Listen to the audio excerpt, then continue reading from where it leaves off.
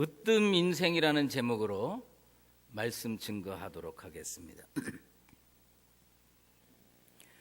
20세기 최고의 기독교 문필가, 최고의 기독교 사상가로 알려져 있는 사람이 있습니다.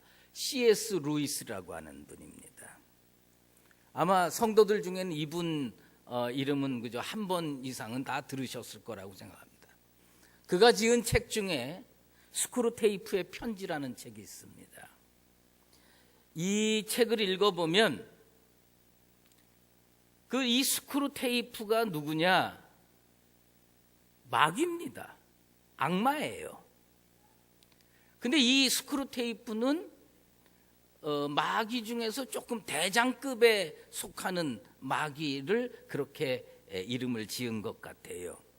그런데 그 마귀들 사이에 서신이 오고 가는 거예요. 편지가 오고 가는 거예요. 그런데 이 스크루테이프가 누구에게 편지를 보냈냐면 웜우드라고 하는 마귀한테 편지를 보내요. 이 스크루테이프는 대장마귀, 이 웜우드는 새끼 마귀, 조카예요. 나는 또 마귀가 조카가 있는 건 처음 들어봤어요. 근데 어쨌든 조카 마귀예요. 이 마귀한테 편지를 보냅니다. 편지를 보내는데 그 책을 읽으면서 느끼는 게 뭐냐면 마귀가 엄청 노력하는구나.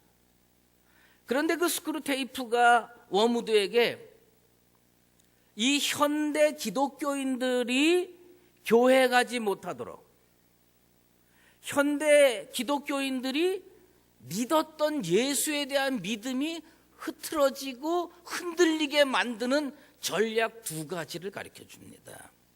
그러니까 자기 조카 마귀한테 요 전략 두 가지를 가지고 있으면 대부분 다 흔들 수 있다는 거예요.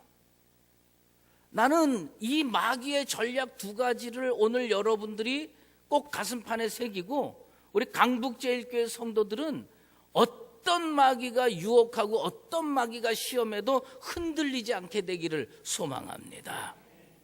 이 두 가지 전략은 뭐냐면 첫 번째 전략은 학문적 전문 용어 전략입니다.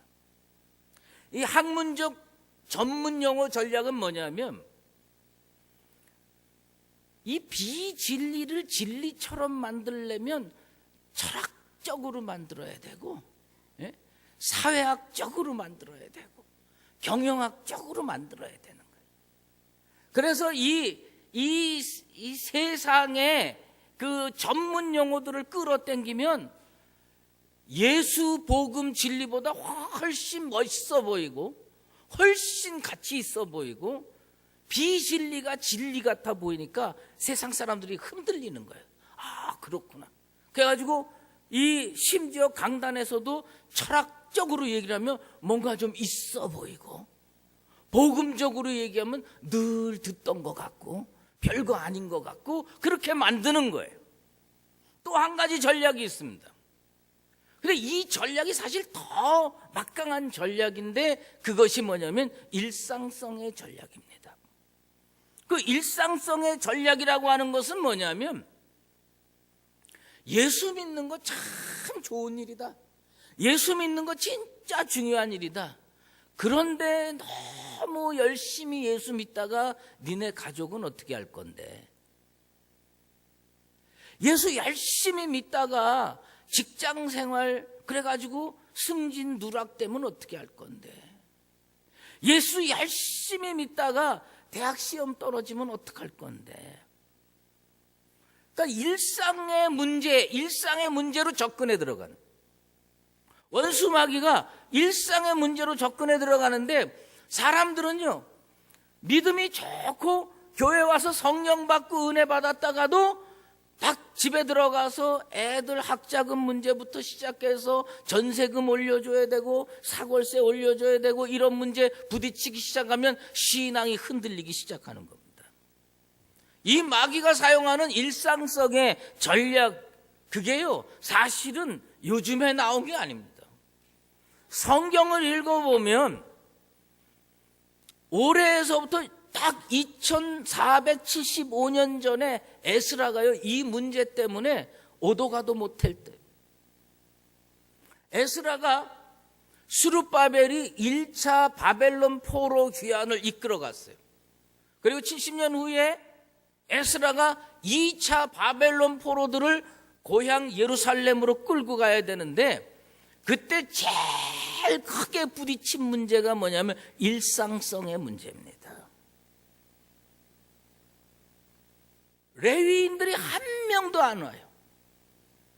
레위인들이 한 명도 고향으로 돌아가겠다고 안 하는 거예요. 왜? 먹고 살만하거든. 바벨론에 지금 먹고 살만하고 편안해요. 그래서 안 가겠다는 겁니다. 오늘 우리는 이 일상성의 문제의 무서움과 그 다음에 그 속에서 어떻게 하면 신앙을 올바로 지킬 수 있는 그 방법론, 아니 그 원리를 살펴보려고 합니다. 제가 그 연구실에서 보는 성경책이 있어요. 좀 크고 이렇게 하는데 그 성경책 편집자가 그냥 성경 말씀만 쫙, 지금 제가 갖고 있는 것도 그런 게 있는데, 이 성경책에 보면은 요 앞에 파란 글씨 같은 걸로 성경 편집자가, 원래 성경에는 그런 게 없는데 성경 편집자가 성경을 읽는 사람들이 잘 이해하도록 소제목들을 달아놨어요. 원래 성경에 그런 거 없는 건데 그저 문단을 나눠놓고 그 다음에 소제목들을 달아놨어요. 근데 내가 읽는 성경책에 그 뭐냐면 소제목이 어떻게 달려있냐면, 오늘 본문이요, 나머지 사람들입니다. 그러면 뭐냐면 그 앞에는 어떤 사람들이 실려있냐면 특별한 사람들이 실려있는 겁니다. 바벨론 포로로 사로잡혀 가서도 특별한 사람이었어요. 이 사람들은 항상 주목받고 항상 대접받고 항상 존경받는 사람들이 어디 실렸느냐? 이 앞에 실렸습니다. 그들은 족장 출신이고 그들은 귀족 출신이고 그들은 제사장 출신이에요. 이름이 다 실렸어요. 아무개 지파 자손 누구누구, 아무개 지파 자손 누구누구 하면서 이름 석자, 우리로 얘기하면 이름들이 다 실려 있는 거예요. 그런데 오늘 본문부터는 뭐냐면 이름을 실을 필요가 없습니다. 그래서 성경에 뭐라고 기록하고 있냐면 어떤 자라고 기록하고 있어요. 어떤 자, 나머지 사람들, 중요한 사람이 아닌 나머지 사람들입니다. 그런데 문제가 거기서 생겼어요. 이 나머지 사람들의 가치가 얼마나 중요한지를 새롭게 깨닫는 거예요. 진정한 의미의 으뜸 인생, 그건 누구일까요? 세상에서 공부 많이 해가지고 성공하고 잘난 사람? 성경은 그런 사람들을 으뜸 인생으로 평가하지 않습니다. 하나님을 진정으로 사랑해서 자기 인생을 투자할 수 있고 이름도 없이 빚도 없이 살지만 그 고귀한 직분을 하나님이 주신 것으로 믿고 감사하면서 사는 인생을 으뜸 인생이라고 하는 겁니다. 솔직하게 고백하면 전 목회자로서 저는 하나님께서 왜 나를 강북제일교회에 보내셨나 이렇게 생각을 해보면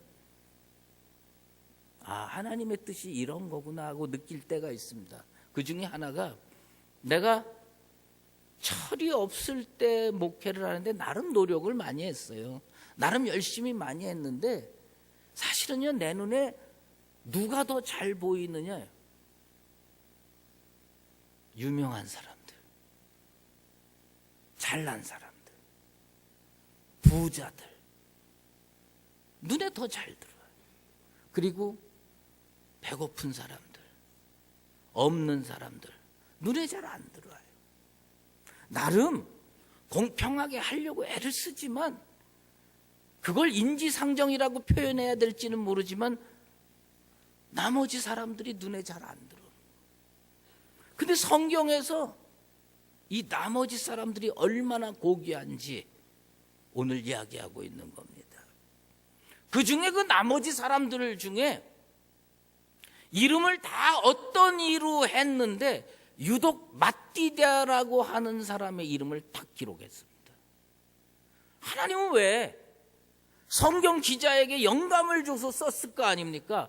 왜 그 사람 이름을 성경에 느닷없이 나머지 사람들인데 어떤인데 이름 없이 빛도 없이 존재감도 없이 지내는 그 사람을 딱 성경에다가 기록했을까? 오늘 그거를 우리가 생각해 보려고 합니다. 에스라 지도자가 자, 우리 고향으로 돌아갑시다. 그런데 이 시점에는 뭐냐면 옛날에 예루살렘의 영광을 바라보고 체험하고 유대 나라의 음식을 먹어보고 그 세대는 다 죽었어요. 그리고 뭐냐면 2세, 3세들이니까 고향이라고 하지만 고향이 어딘지도 몰라요. 가끔 말이죠. 사람들이 저한테 그렇게 물어봐요. 아유, 목사님은 어디 출신이세요? 어느 지역 출신이세요?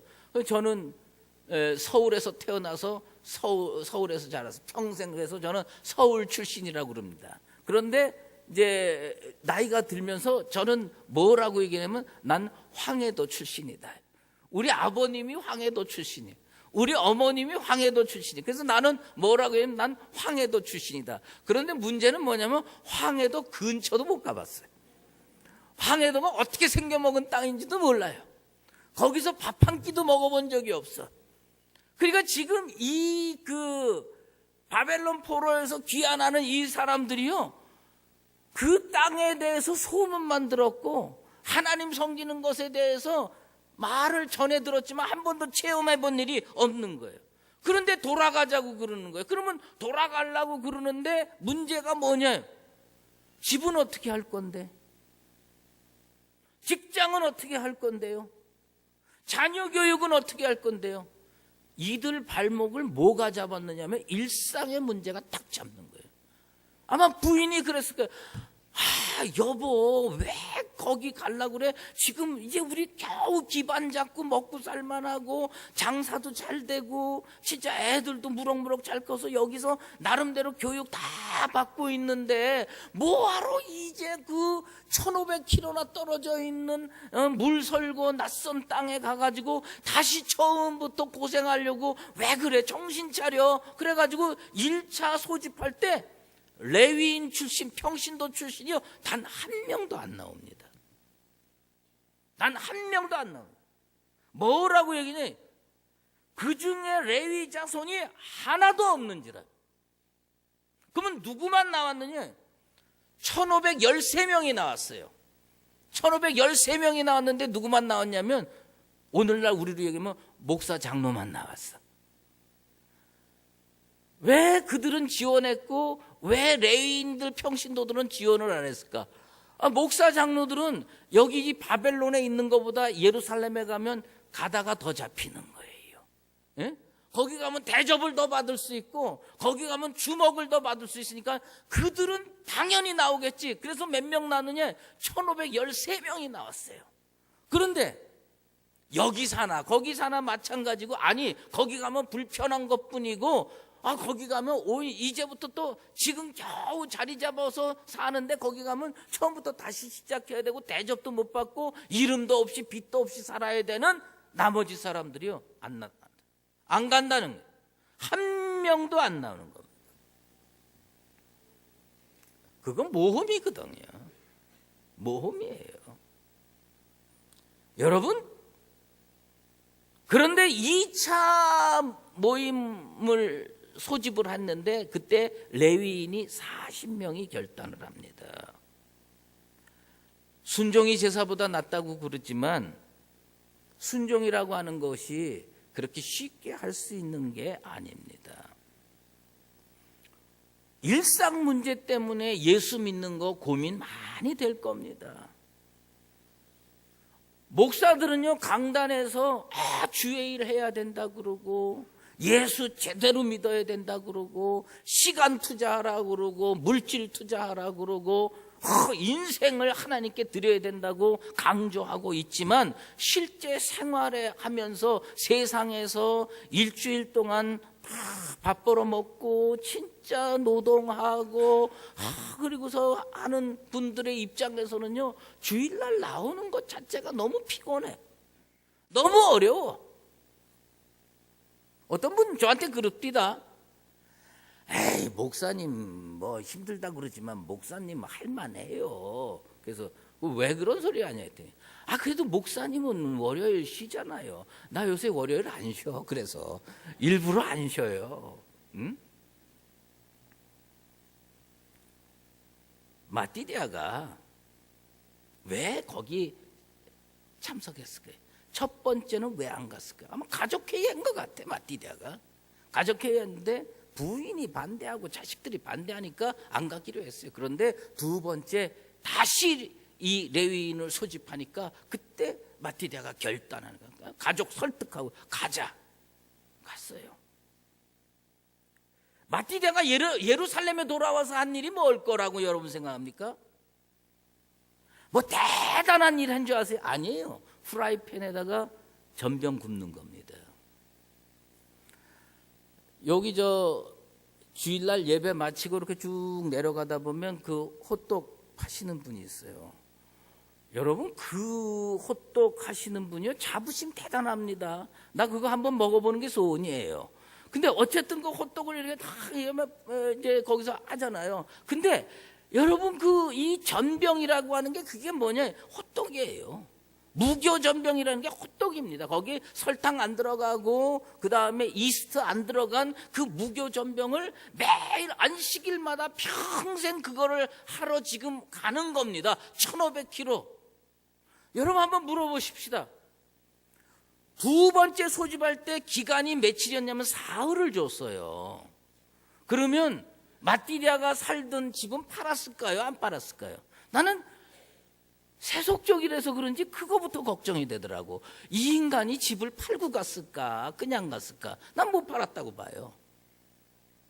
하던 가게를 했는지 그건 모르지만 그런 거 그냥 다 하다가 무슨 야반도주도 아니고 그냥 하루아침에 정리하려는데 그게 정리가 제대로 됩니까? 그러니까 그냥 다 놓고 그 다음에 수레에다가 뭐 가재도구 몇 개 싣고 이불 싣고 그냥 애들 올려 태우고 가는 겁니다. 1500km 이사 가는 겁니다. 여러분, 이거는요 그냥 뭐 쉽게 결단할 수 있는 문제 아니에요. 그건 진짜 일생일대의 모험이에요. 모험입니다. 으뜸 인생이 뭔지 아십니까? 어떤 분들은 그런 얘기를 해요. 주의 일인데 그냥 바로 결단하고, 예수님 일인데 그렇게 지체하고 머뭇거리면 어떡하냐고 그러는데 전 그렇게 생각 안 합니다. 왜 그렇게 생각 안 하냐면, 주의 일이라도 고민은 생긴다는 거예요. 하나님께 영광 올려드리는 일도 딱 맡겨도 고민이 생기는 거예요. 연말에 목사님이 와갖고 내년에 교사 좀 해주세요. 내년에 성가대 좀 해주세요. 물론 준비되고 마음이 다 심령이 준비된 분들은 아멘 그러고 하지만, 상당히 많은 분들은 생각할 게 많은 거예요. 시간 쪼개야지, 물질 들여야지, 그 다음에 또 관계가 복잡하지, 얼마나 문제가 많습니까? 그러니까 고민하게 되는 거예요. 진리기 때문에, 예수 믿는 일이기 때문에, 그리고 이거 하나님께 영광 올려드리는 일이기 때문에 망설임도 없이 헌신으로 결론 내리는 건 로봇이나 하는 거예요. 그건 로봇이나 하는 겁니다. 보통 인생들은 고민하게 돼 있어요. 갈등하게 돼 있어요. 그런데 마띠디아의 위대함은 어디에 있느냐? 고민했어요. 갈등했어요. 주저주저 했어요. 그런데 순종으로 결론 내렸다는 겁니다. 신앙인들의 위대성이 어디서 드러나고 어떻게 해야 으뜸 인생이 되느냐? 고민이 되죠. 우리가 무슨 로봇입니까? 우리가 무슨 기계입니까? 떡하고 명령 내면 바로 아멘하고 갑니까? 그렇지 않습니다. 저도 그게 잘 안 되는데 여러분 제대로 됩니까? 하지만 고민하는 거죠. 갈등하는 거죠. 하지만 이게 주의 일이니까, 하나님 일이니까 갈등하다가도 그래, 내 삶을 많이 양보하고, 이 과정이 필요해요. 이 과정 필요하고 그 다음에 아멘하고 가는 겁니다. 그걸 하나님이 다 보고 은혜 주시고 축복 주실 줄로 믿습니다. 크라나우가 그린 루터의 초상화라고 하는 그림이 있습니다. 그 그림을 한번 보십시다. 저 그림을 보면요, 루터가 종교개혁을 일으켰는데 목숨이 경각에 달린 그 위경이 한두 번이 아니었어요. 사람들은 저 그림을 보면서 그런 얘기를 합니다. 인간 생겨 먹은 게 참 성질 더럽게 생겼다. 여기 이 광대뼈 튀어나오고요. 입 보세요. 진짜 고집세게 꽝 다물고 있죠. 그런데 그건 저 그림을 제대로 못 봤다는 겁니다. 토마스 칼라일이라고 하는 영국의 사학자가 저 그림을 보면서 이 그림의 백미가 어디냐? 눈이다, 이게. 눈이다. 저 루터의 눈에는 두 가지가 있대. 하나는 두려움, 또 하나는 갈등. 종교개혁을 일으켰어요. 로마 교황에 대항해가지고 딱 선전포고를 했습니다. 그들이 잡아 죽이려고 하는 겁니다. 두려움이 왜 없겠어요? 이거 포기할까? 이거 내려놓을까? 갈등이 왜 없어요? 갈등이 있지요. 그렇지만 저 사람이 위대해진 이유가 뭐냐? 두려움이 없이 주의 일을 했기 때문에 위대한 게 아닙니다. 두려움을 극복하고 갈등을 극복하고 하나님의 일을 하고 하나님께 영광 올려드렸기 때문에 위대한 겁니다. 어떤 헌금하는 사람을 예수님이 보셨어요. 어떤 사람은 갈등 안 합니다. 돈이 많아요. 그래서 금화를 가지고 사람들 보는 앞에서 나 지금 금화 드린다, 탁 집어넣어요. 우리 주님 그 사람 신경도 안 썼습니다. 가난한 과부가 있었어요. 이 과부가 두 렙돈을 가지고 헌금을 가는 겁니다. 우리 주님이 눈여겨봤습니다. 왜 눈여겨봤을까? 그 두 렙돈 가지고 헌금궤 앞으로 걸어가는 발걸음이 보무도 당당했으면 우리 주님 신경 안 써. 거기에는 고민이 있는 거예요. 거기엔 갈등이 있는 거예요. 이 두 렙돈이 기가 막힌 거예요. 이게 생활비거든요. 생활비 전부라고 그랬어요. 그 생활비인데 이거 다 넣으면 오늘 저녁 굶어야 됩니다. 나만 굶으면 아니냐? 혹시 그 과부에게 자식이 있으면 자식까지 굶어야 돼요. 근데 이 두 렙돈이 기가 막히다고 보는 겁니다. 내가 그 여인의 입장이었으면 나는 어떻게 했을까 생각을 해봅니다. 그럼 뭐냐? 나는 계산이 빠르거든요. 나는 한 렙돈 낼 겁니다. 그리고 한 렙돈 가지고 가서 설렁탕이라도 한 그릇 먹었을 겁니다. 근데 이 여자 고민하는 거예요. 갈등하는 거예요. 그리고 내는 겁니다. 이 여자의 헌금이 왜 귀하냐? 갈등 없이 딱 내는 게 아니에요. 고민 없이 딱 내는 게 아니에요.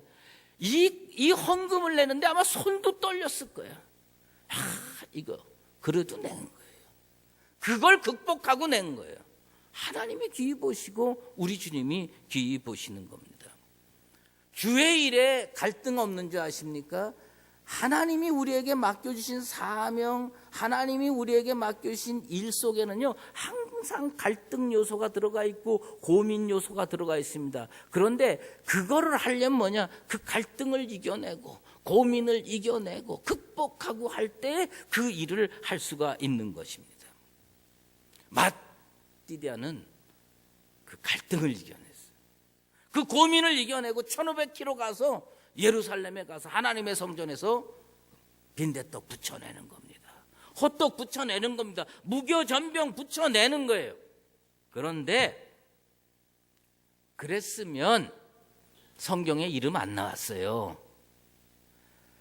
이스라엘 역사에 수천 년 역사에 하나님의 성전에서 무교전병 붙였던 사람 이름 단 한 명도 안 나옵니다, 성경에. 그런데 왜 이 마띠디아는 이름이 나왔을까? 그 나머지 사람들에 속하는 이 마띠디아가 이름도 없이 빛도 없이 사는 이 마띠디아가 어떻게 이제 그 이름이 여기 기록될 수 있을까?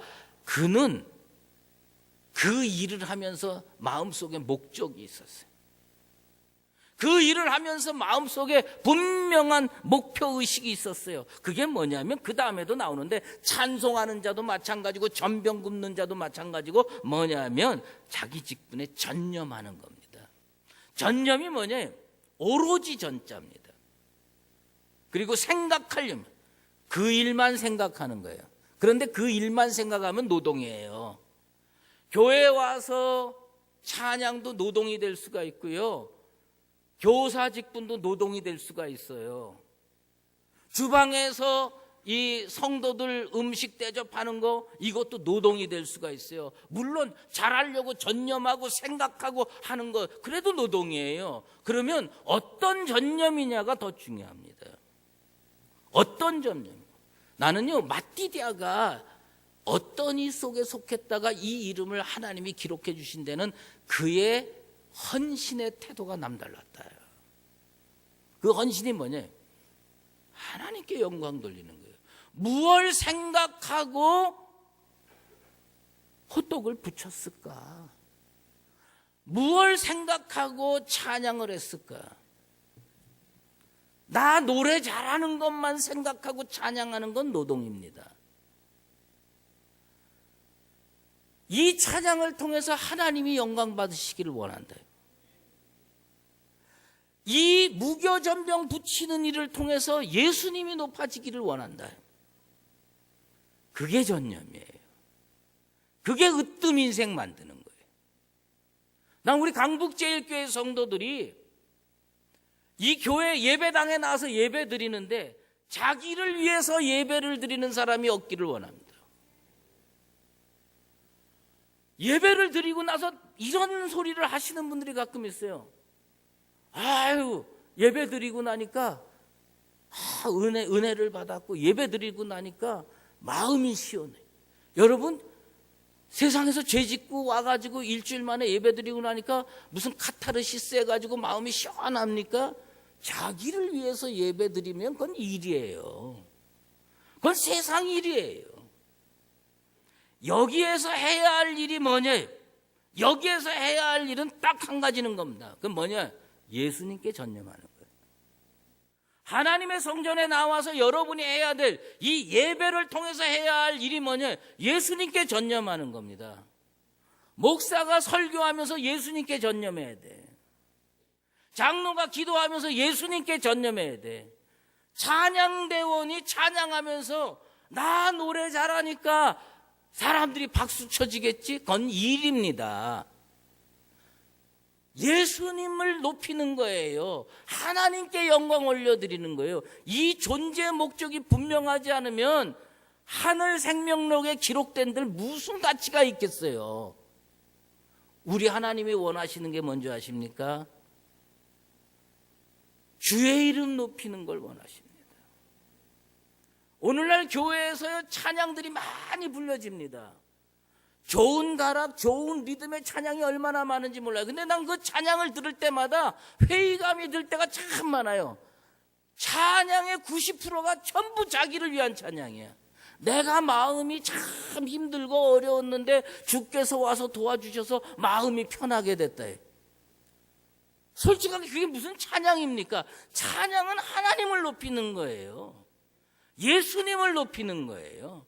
교회의 존재 가치가 뭔지 아세요?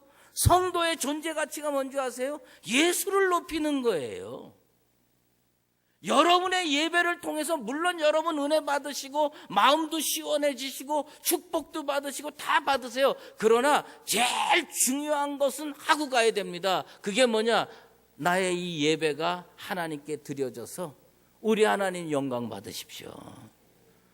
나의 이 행위를 통해서 오직 예수님이 높아지시게 되길 바랍니다. 예수 이름 높이는 예배, 하나님께 영광 올려드리는 찬양, 정말 성령님께 나의 인생을 투자하는 봉사, 그렇게 돼야 돼요. 맏디디아의 이름은, 나머지 사람들에 속한 이 맏디디아의 이름이 하나님은 왜 구태여 기록하셨을까? 냄비에 호떡 잘 지져서 아니라고 봅니다. 하나님이 영광 받으신 거예요.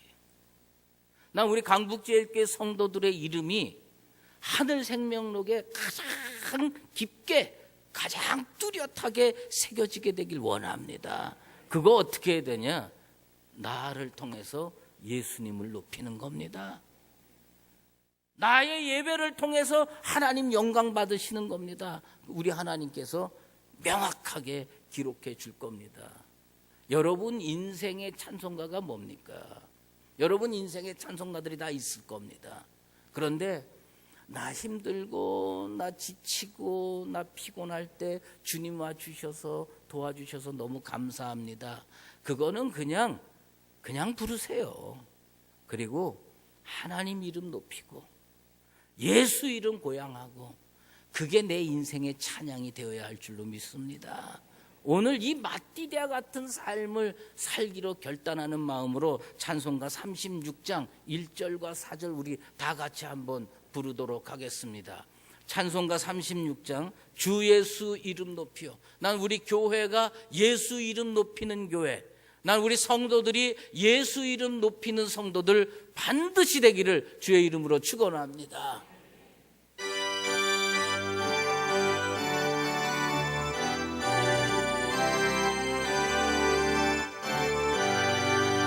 주 예수 이름 높이어 다 찬양하여라. 금멸유관을 들여서 만유의 주 찬양, 금멸유관을 들여서 만유의 주 찬양. 주 믿는 성도 다 함께 주 앞에 엎드려 무궁한 노래 불러서 만유의 주 찬양, 무궁한 노래 불러서. 우리 1절 한 번만 더 하도록 하겠습니다. 1절 주 예수 이름 높이어 다 찬양하여라. 금멸유관을 들여서 만유의 주 찬양, 금멸유관을 들여서 만유의 주 찬양. 여러분의 인생으로 예수 이름 높이는 삶을 살게 되기를 축원합니다. 기도하겠습니다. 하나님 아버지, 참 보잘것없는 인생, 어디 가서도 이름 석자를 맨 앞에 내세워 본 적이 없는 인생, 그래서 항상 이름도 없이 빛도 없이 사는 게 익숙해진 인생들입니다. 그래도 예수 사랑은 1등으로 하게 해 주시옵소서. 나의 삶을 통해서 하나님 영광 받으시고 나의 예배를 통해서 예수 이름이 높아지게 되기를 원합니다. 그게 나의 예배의 목적이고 인생의 목표입니다. 주님, 이 인생들을 받아 주시옵소서. 예수 그리스도의 이름으로 기도드리옵나이다. 이제는 우리 주 예수 그리스도의 은혜와 하나님 아버지의 극진하신 사랑하심과 성령의 인도하시고 교통하심이 마띠디아처럼 일상의 문제들을 이겨내고 하나님 앞에 나와 오직 예수 이름 높이며 남은 평생을 살기로 작정하는 사랑하는 강북제일교회 모든 권속들 머리머리 위에와 주의 몸된 교회 위에 이제로 영원히 함께 계시옵기를 간절히 축원하옵나이다.